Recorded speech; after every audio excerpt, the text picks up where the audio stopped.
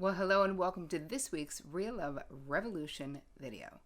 I want to start by asking you a question. Have you ever felt massive confusion about whether the relationship you're in right now is the right one for you to be in for the long term? Have you ever been in that situation where you really don't know what the right thing is to do?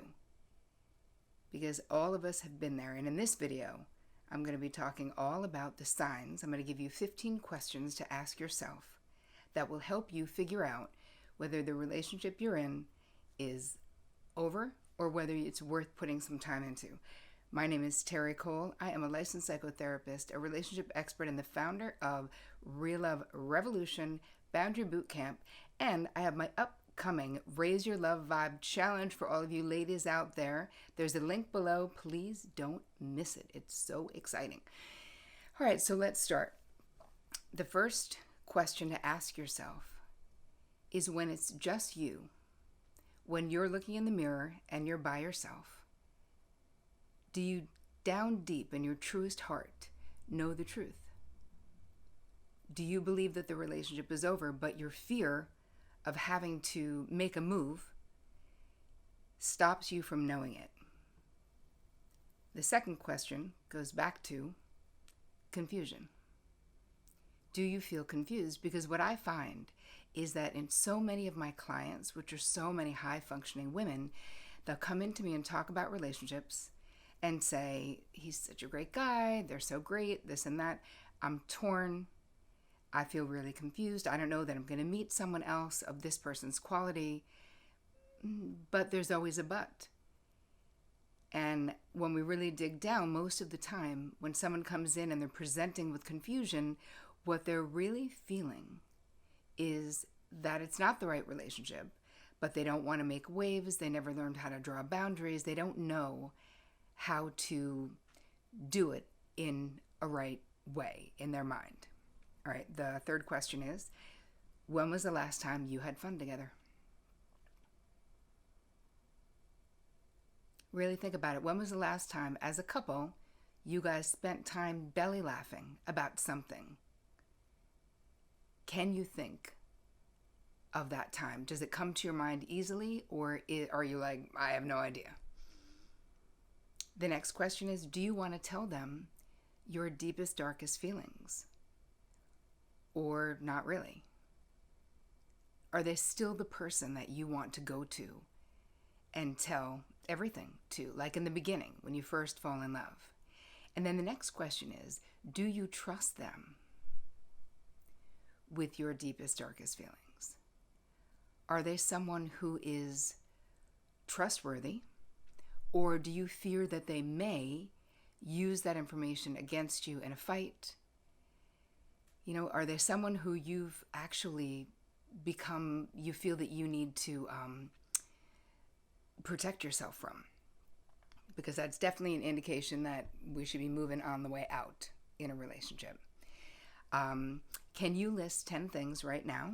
You don't have to do it right now. And don't worry, there's going to be a little cheat sheet at the end of this video, so you don't have to write anything right now.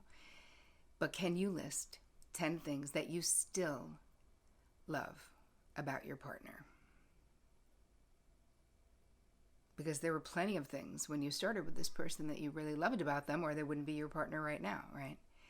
And then the next question is, do you think that they could list 10 things that they still love about you? Now, you don't have to ask them, but you know how it would go if you did ask them, right?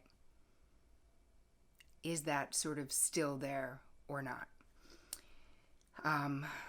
The next question is, do you talk to them just to talk? Do you remember when you're first together, how sometimes people will talk about the first date? We talked for 5 hours. I was just talking to someone last night, and she was telling me about her boyfriend and how the first date, they talked for 5 hours straight. And if you had a long distance relationship and it started that way, I've known people who've stayed on the phone for 15 hours. So do you ever just talk to find out more about that person, even if you've been together for many years? Because I found with a lot of couples, you can stop doing that. It's like you can forget to do that, you know? The next question is, do you really share your truest self as you've changed and grown over the years if you've been together for years? Or again, do you find yourself sort of hiding your truest self from that person because they don't feel like a safe person, or you don't think they're interested? Because it doesn't just have to be that you're fighting. It could be apathy. It could be lack of connection, right? So there's many ways that a relationship goes south, and these questions will hopefully help you decide if there's still enough to work on, if you should work on it, and maybe there are things that you can do that would make it better, that would make it different. But before you can make any decision like that, you actually have to decide if you want to and if it's worth it. The next question is, do you communicate when you have a problem with them? Or are you sort of past it where you just don't even, either you don't care anymore, or you're afraid it's going to turn into a fight, or you think that nothing's going to change anyway? So sort of that feeling of why bother, you know what I mean? Are you still having sex is the next question. Are you still having sex? And if the answer is yes, are you still having sex because you really want to, or because the other person wants you to and you don't want to have a fight about it? Are you still having sex but don't feel connected? Are you sort of phoning in the sex? Because there's lots of ways to have very disconnected sex. It sounds weird, but do you know what I mean? It's not all the same quality of physical intimacy. So the question is, are you present, and are you doing it because you want to, or are you doing it because the other person wants to? The next question is, do you find yourself picking a fight with your partner, or many fights with your partner, because unconsciously you really want the relationship to end, but you kind of don't want to do the dirty work yourself? So really think about it, because that's a little bit of a hard thing to admit, where it's like, yes, I'm starting fights. That sounds like something you wouldn't want to admit to doing, but it happens all the time because your heart wants what your heart wants. And if you are really checked out of that relationship, there's a part of you that wants to just be out of that relationship, and you may not know how to do it, you know? The next question is, when you find yourself daydreaming or even future tripping about your life, is the person you're currently involved with involved? Do you see yourself with them in 5 years from now or 4 years from now? Or do you have more like daydreams that don't include them? Right? Because this would be a real indication that secretly somewhere down deep, even if you don't want to admit it, you don't see yourself with them long term. Another really good question is, do you miss your partner when you are separated?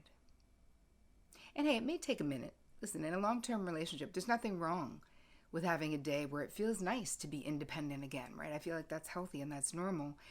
But I mean, if you're apart from them for a week, do you not miss them? Are you sort of relieved to be away from them rather than finding yourself actually missing them? When you have to call them, does it feel more like a chore than something that you want to do?